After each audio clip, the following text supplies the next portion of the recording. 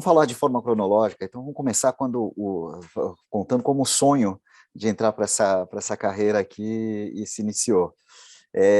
Eu estava num momento em que eu estava buscando, né, naquele momento quando você é jovem, né, a gente tem que decidir muito jovem na vida o que a gente quer fazer para o resto da vida, e eu não tinha a menor ideia do que eu ia fazer. Eu resolvi dar um tempo, fui para a Europa, viajei, fiquei quase 2 anos fora, voltei, e aí chegou a hora de tomar uma decisão, né, de que rumo que eu ia tomar. A história é bem pitoresca, porque eu sempre gostei, né, de artes, e sempre desenhei bem, sempre fiz, né, sempre tinha um pezinho, né, artístico na minha vida. E, na realidade, eu estava no carro, eu morava em Curitiba, e eu ouvi um anúncio na Rádio Transamérica procurando estagiários. Eu não, eu mudei o meu trajeto e fui para a Rádio Transamérica em Curitiba e fui bater na porta e fui bater um papo com o pessoal para fazer o estágio. E conversa vai, conversa vem, e me perguntaram que faculdade de comunicação que eu estava fazendo. Eu disse, hein? Foi isso, cara.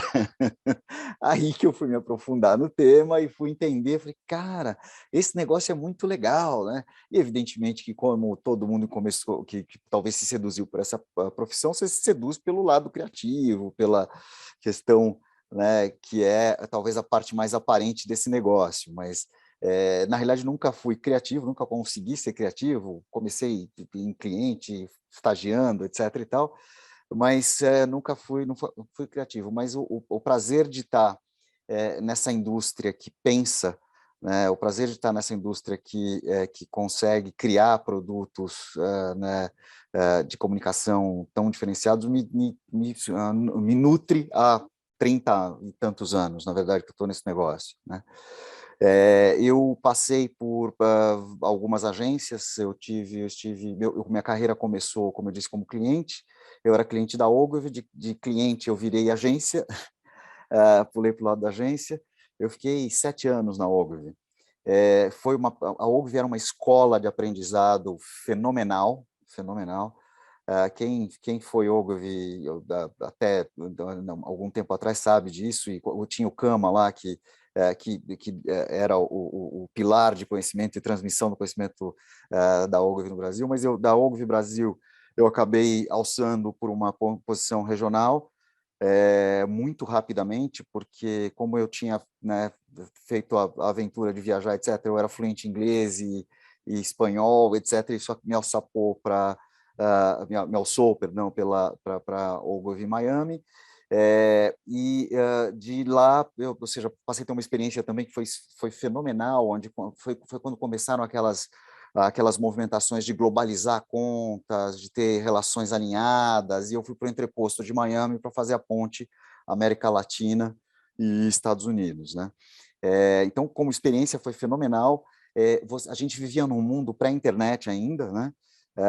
E com isso, né, já tinha e-mail, mas eu lembro que foi um choque, que eu saí da agência aqui, eu vi aqui, tinha um computador no andar inteiro, e tinha os computadores de finalização, mas tinha um computador que era disputado a tapa e ninguém sabia exatamente mexer com direito. E esse computador só tinha lá porque a Ogilvy tinha, na época, a conta da IBM, tinha lá um PS2 para fazer que nós tínhamos um computador, mas a gente fazia os planos todo à mão, dava para a secretária datilografar, né? E aí tirava a xerox ampliada nas transparências para fazer as apresentações. Então, né,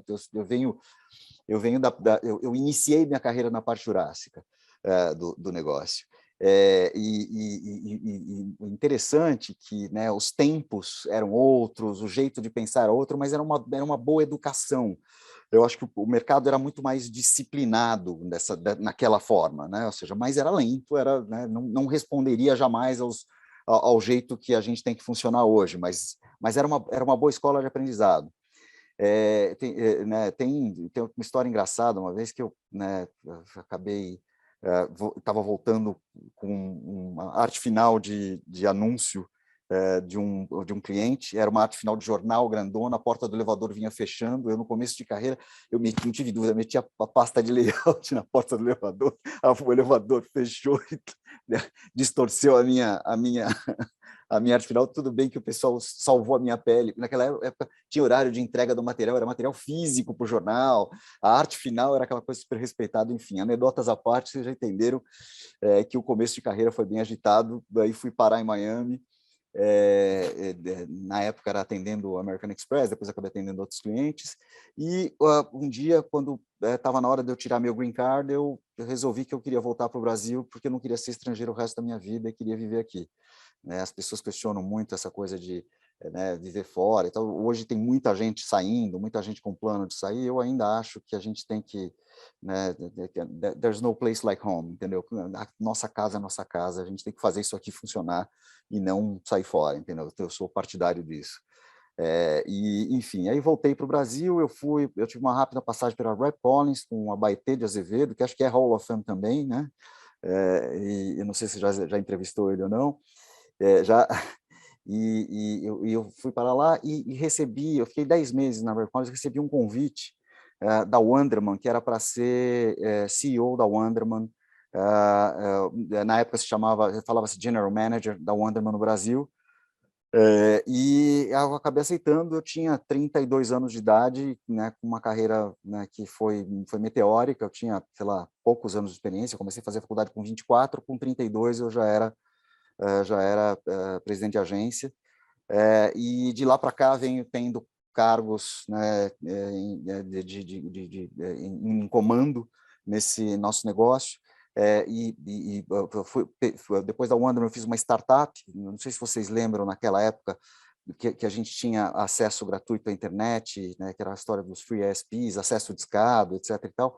Vocês devem lembrar da Star Media, não sei, acho que eles não eram nem nascidos nessa época de Star Media, 99, 2000, mas tudo bem. Era a Star Media, que era um grande portal de América Latina e tal. Eu tinha trabalhado com o Fernando Espuelas, que era o fundador da Star Media nos Estados Unidos. Ele foi meu chefe na Ogilvy, em Miami. Enfim, eu acabei indo para lá, montei esse provedor de acesso gratuito. As coisas não andaram exatamente do jeito que a gente queria, porque foi a quebra de Nasdaq na metade de 2000, que, aliás, né, a gente está vivendo um momento super interessante, que naquela época a Nasdaq quebrou porque havia uma ameaça de dividir o negócio da Microsoft por causa da briga dos browsers, que era o como é que era? O Net Vista, não lembro mais o nome do browser, o Netscape, perdão, era o Netscape, e o browser da Microsoft, que vinha embedado na máquina, e todo mundo acharam, aí entrou, né, toda a política antitrust, vamos separar. Bom, Nasdaq quebrou, e todo aquele sonho de startups daquela época veio por água abaixo, porque todos os planos, e existiam milhares de startups que surgiram da noite para o dia, e algumas que chegaram a ter avaliação. A Star Media mesmo chegou a ter um valuation em Nasdaq maior do que era o valuation da Petrobras na época. Aquela coisa que você fala, nossa, mas é a tal bolha que aconteceu, né, e que serviu para a gente aprender um monte de coisa, né, inclusive de que muitas ideias, porque desde que iniciou essa história da internet, de conexão e etc., a nossa indústria começou a imaginar possibilidades muito interessantes em relação a isso, que estavam à frente do tempo.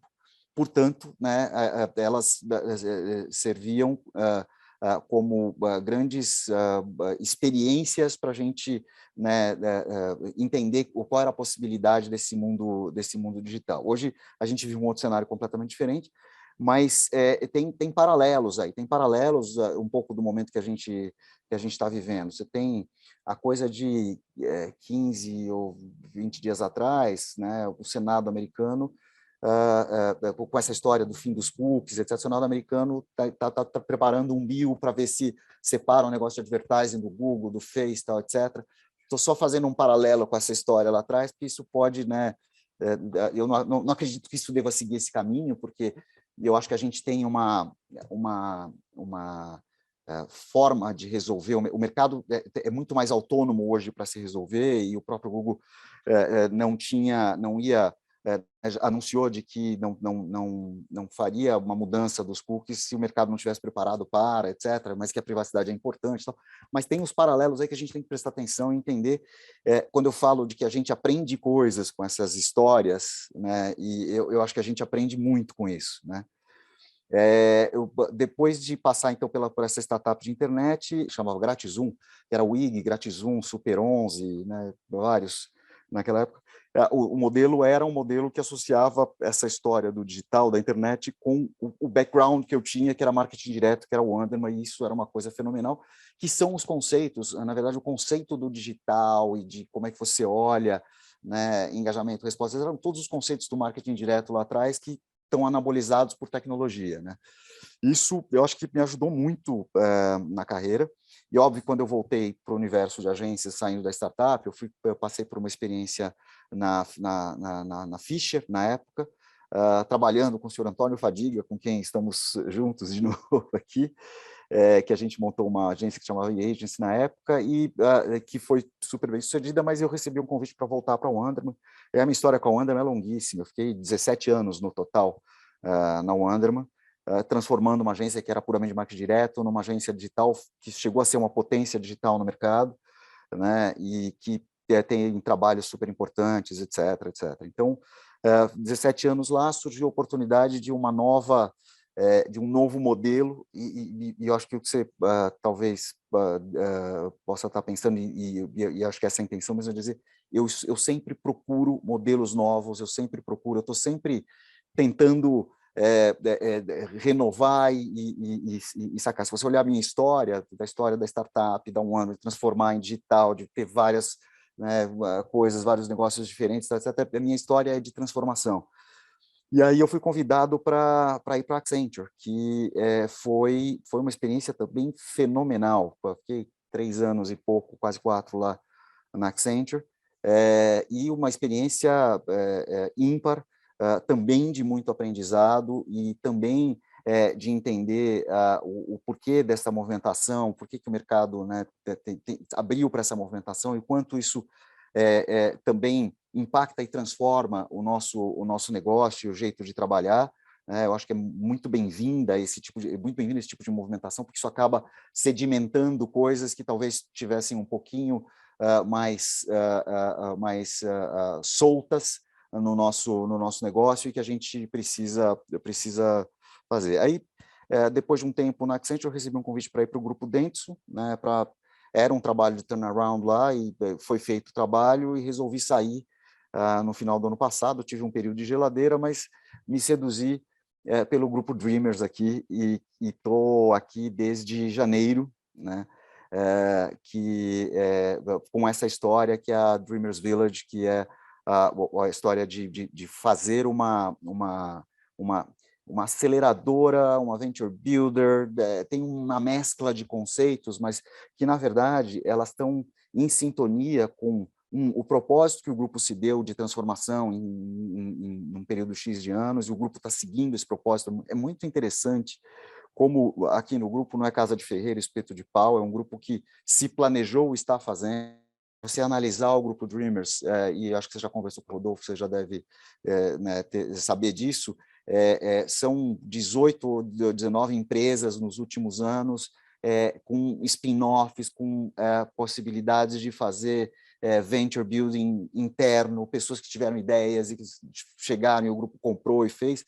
E aí eu vim para cá para tentar ajudar né, a solidificar isso que está no DNA da empresa, que também é uma empresa de transformação, de inovação, que está no propósito que a empresa traçou no seu plano quinquenal. Então, ou seja, tem várias coisas que conspiram para eu estar aqui nesse momento fazendo isso que eu estou me propondo a fazer, que é, de um lado, trabalhar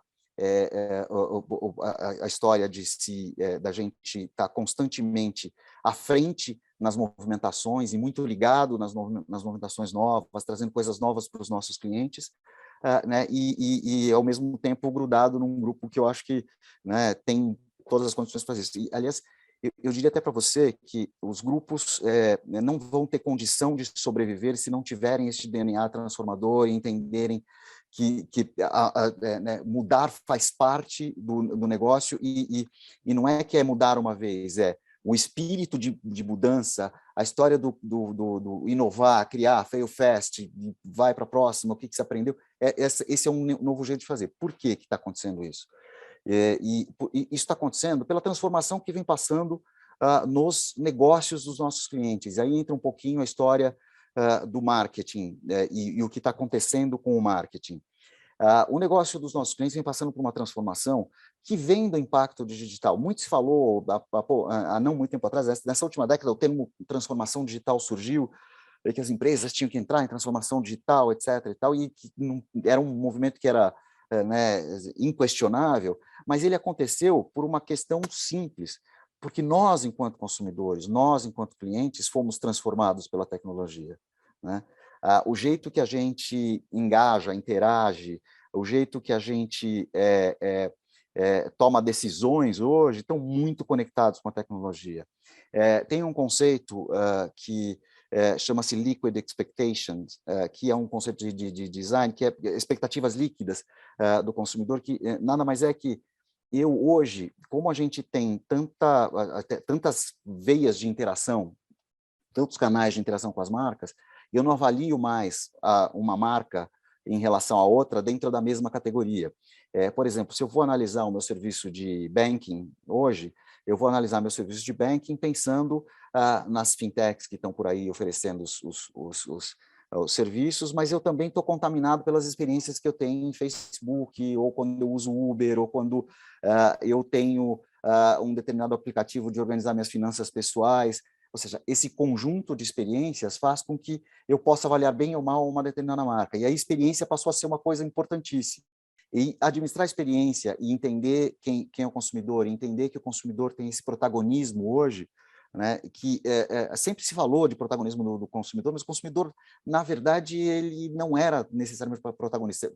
Antigamente fazia sentido você dividir entre os trendsetters, etc. Hoje não, hoje você tem que entender os grupos de indivíduos e entender as suas necessidades e seguir, transformar essa experiência. Por que disso? Se a gente fizer um corte, olhar, né, desde que quebrou, houve a quebra do Lehman Brothers na crise do subprime nos Estados Unidos, eu acho que na realidade houve uma transformação do que era a antiga escola de Chicago, que eu acho que pregava a história de que a empresa vive para dar lucro, né? E criou-se outros propósitos para essa história. A empresa vive para dar lucro, então é aí que você tem aquele jeito, eram todas as coisas do downsize, right sizing, vou comprar, incorporar, diminuir, etc. Você tinha várias alavancas para fazer com que a empresa desse lucro. E isso, na realidade, mudou dessa crise para cá, de que não é só o lucro que importa, de um lado, qual é o papel que essa empresa tem, né? E por isso toda a discussão de ESG, toda a discussão né, do papel social que a empresa exerce, tal, etc., e que a empresa existe para este fim, e lucro é uma consequência deste fim, né? E aí a alavanca que fica para a empresa trabalhar é a alavanca de crescimento. Estou simplificando uma teoria grande, mas é a alavanca de crescimento. Para você crescer, você precisa ter cliente lá na ponta. E para ter cliente na ponta, você não pode fazer mais um modelo massivo antigo de que era, vamos, né, botar... Você não pode fazer só o modelo massivo antigo, que era alardear e esperar que as pessoas iam comprar. Hoje você tem um zilhão de coisas que acontecem no meio do caminho, né? E aí, portanto, experiência, portanto, inovação. Então, isso coloca, na verdade, as agências e o marketing numa necessidade e numa urgência de transformação enorme. Por quê? De um lado, o marketing passa a ter, talvez o marketing passa a ter no momento, um papel mais importante que jamais esteve historicamente no nosso negócio. Por quê? Porque o marketing antes era um comunicador de uma estratégia desenhada de negócio. o marketing não interferia na estratégia de negócio. O marketing, uma vez uma estratégia de negócio desenhada, ele entrava, entendia direito quem era o consumidor. A posição que o marketing tem hoje, por ser por estar ser o seu fim principal, entender o consumidor, entender a necessidade do consumidor e ter uma riqueza de dados como a gente jamais teve, né? Assim, eu venho da indústria, como eu te falei, de marketing direto, onde se tinha database, listas, etc.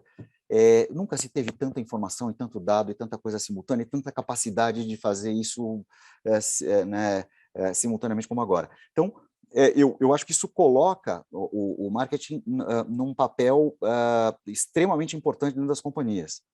E nós, enquanto parceiros, temos que seguir exatamente o mesmo caminho. Por isso, o Grupo Dreamers né, se arquitetou desta forma como ele está e arquitetou dentro deste negócio uma estrutura como a Dreamers Village, que está olhando justamente startup, inovação, entender o que pode ter de novo, como a gente conecta isso com as estruturas internas, quais são os gaps que a gente tem, como é que a gente conecta isso com os nossos clientes e como que a gente desenvolve, como a gente digamos, continua estimulando essa cultura de transformação de que ela veio para ficar, entendeu? Não tem mais alternativa, né? Ela veio para ficar. Então, para sermos parceiros valiosos para os nossos clientes, isto está incorporado no jeito do grupo funcionar, né? E que a gente está cozinhando aqui várias coisas que traremos para o mercado, além das coisas que já estão aí, que o Rodolfo deve ter falado, V4, né, e outras, do Lab, e outras iniciativas que eu acho que o grupo tem que são geniais, né, eu acho que, né, Pulse, enfim, tem várias, se você olhar os últimos anos, o grupo foi muito né, assim, digamos, rico em desenvolver coisas novas, e a gente é uma delas, só que o que a gente vai fazer, a gente vai sistematizar isso, em vez de ser só oportunístico, a gente vai sistematizar e trazer inovação, e trazer a linguagem, cultura de inovação, que já está no DNA do grupo, já está no DNA das pessoas aqui, mas a gente chega uma hora que você precisa organizar essa história, porque o maior problema da inovação ela não é a ideia ou a percepção ou o entendimento daquilo para onde as coisas vão, é executar isso, na verdade. Fazendo o paralelo dos meus primeiros dias de internet lá atrás, né, a questão quando quebrou lá a NASA, etc., era uma questão de execução, né? A gente talvez tinha que ter se planejado diferente, né? Se você pensar também, hoje, em função do momento que globalmente a gente vive, das questões todas econômicas decorrentes do conflito na Ucrânia, né, da Rússia com a Ucrânia, bem já os investidores olhando talvez um pouquinho diferente para startups, entendendo quando que ela vai gerar caixa e o quanto antes ela vai gerar caixa, não é mais investir por investir, vamos apostar no mercado de bolsa lá na frente, que a gente vai capitalizar no IPO, etc. Óbvio, esse continua sendo o plano, mas eu acho que está se olhando de uma forma diferente, tal, etc. Entre aprendizados e paralelos, né?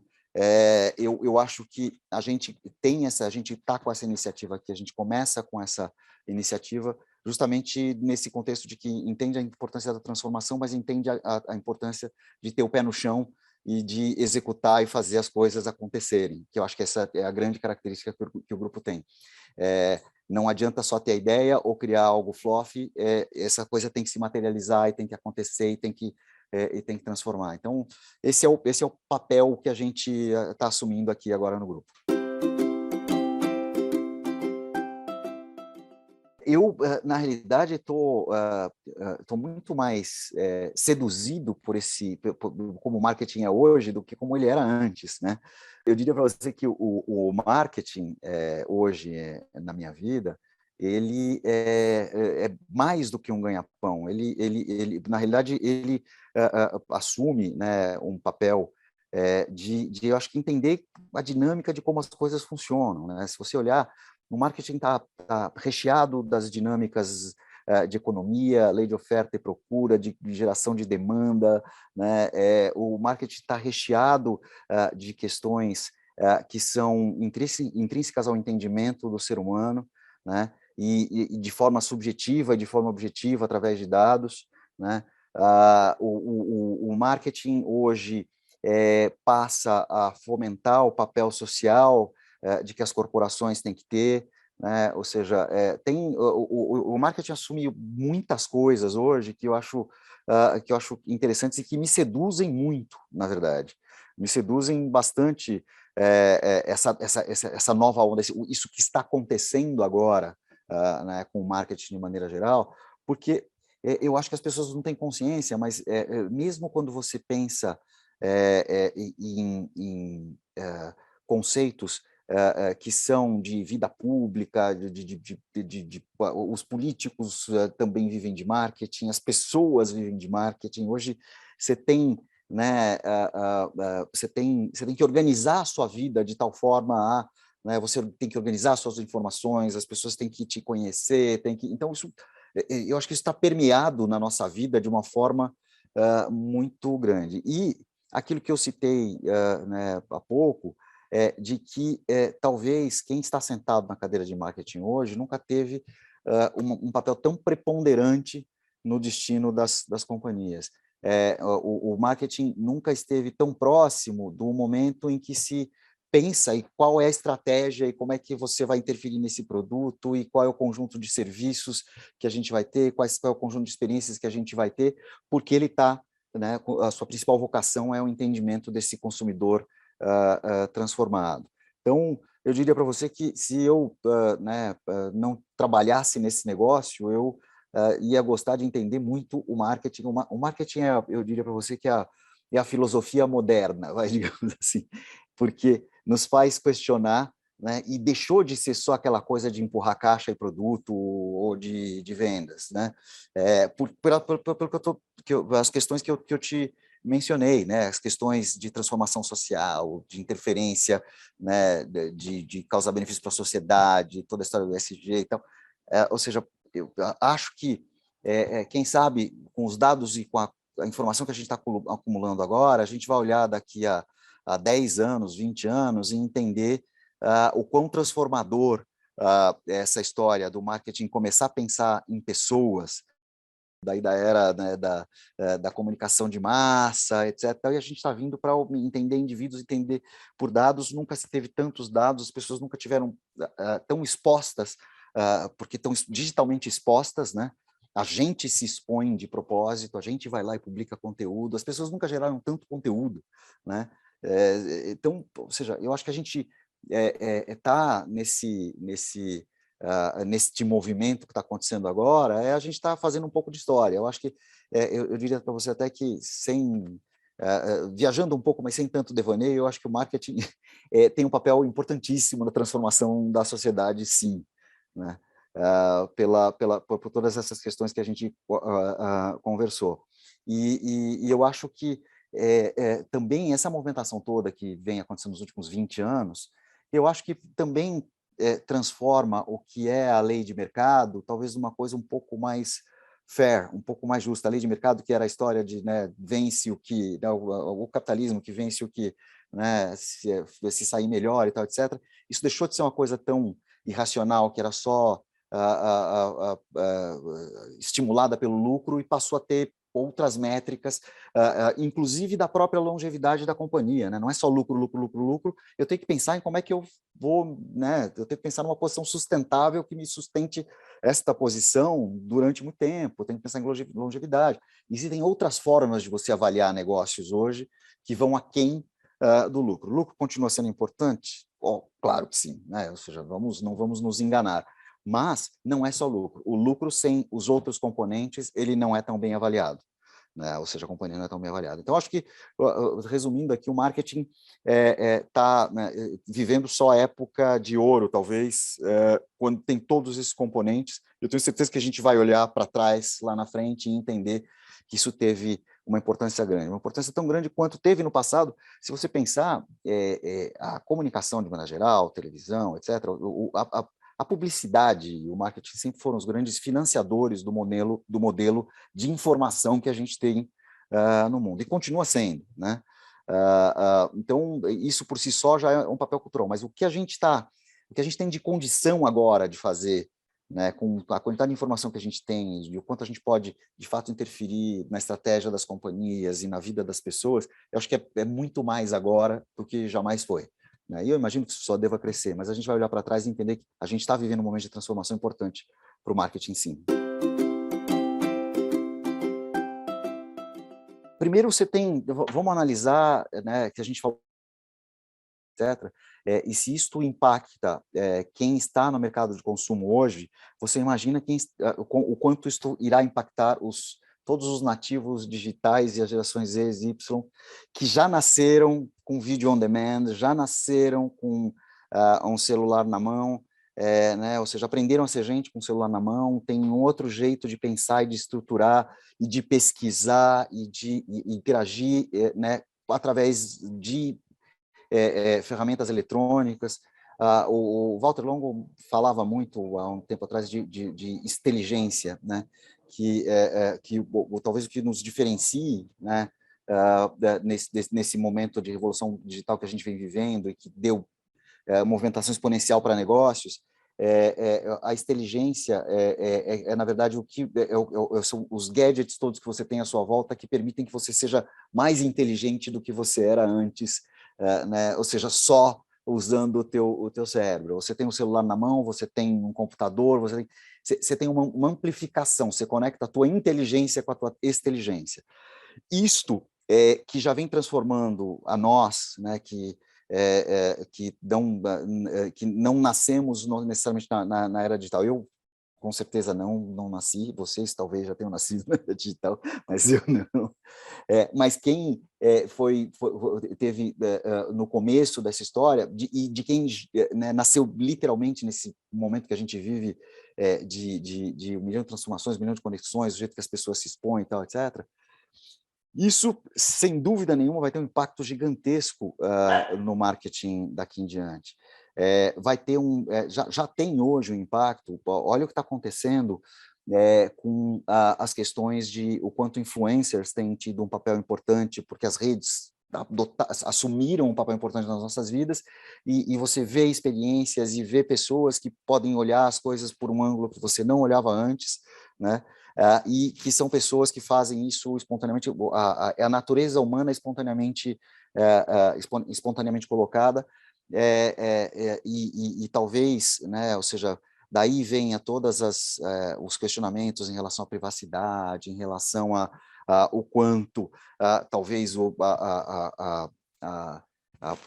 marketing e a propaganda possam ser o the evil man manipulando, que eu acho que não tem nada a ver. Eu acho que tem que tirar esta capa de cima, que eu acho que é uma má impressão que as pessoas têm, e não sei se isso tem conexão com o passado ou não, mas né, eu acho que a gente está claro que o papel do marketing não será no futuro o do evil man de vende, ou compra, entendeu? Vai ser, eu acho que a gente tem que assumir papéis com o KPI de longevidade das relações. Eu acho que o que vai transformar o marketing, e aí eu estou evitando falar de tecnologia, porque a tecnologia seguramente será diferente do que é hoje, né? E tem coisas que né, a gente pode aqui brincar de futurologia. O que eu acho que eu ficaria dessa história de um exercício de futurologia é o quanto cada vez mais a tecnologia vai nos empurrar a entender pessoas. Né, o quanto isso vai ser cada vez mais importante. Não dá mais para a gente simplesmente, né, confiar num extrato de um pequeno grupo, né, numa sala de espelho, né, que, veja, não estou criticando, continua sendo uma ferramenta super válida para nos dar indícios, para nos dar caminhos, mas isto validado com dados, né, isto mostrado na vida real e ao vivo, né, seguramente vai nos permitir a ser muito mais focado em pessoas. E aí onde entra, também falando aí um pouco, de emendar um pouco com tecnologia nessa história, talvez as pessoas não tenham ainda a noção do que o 5G vai fazer do ponto de vista de transformação de experiência, porque tudo isso que nós estamos falando, eu vou ter que estar voltado mais para pessoas, eu tenho que entender mais o indivíduo, eu tenho que ter dado para entender comportamento do indivíduo e separar né, e criar condições. O 5G dá uma capacidade de interação, uma capacidade de movimentação desses dados, né, uma capacidade de diálogo em tempo real, com máquinas e com pessoas e com algoritmos que podem definir né, um montão de coisas em segundos, ou seja, ali na hora da verdade, da compra, né, que isso, né, vai ser fundamental eu entender o que isto impacta nas pessoas e entender quem são as pessoas.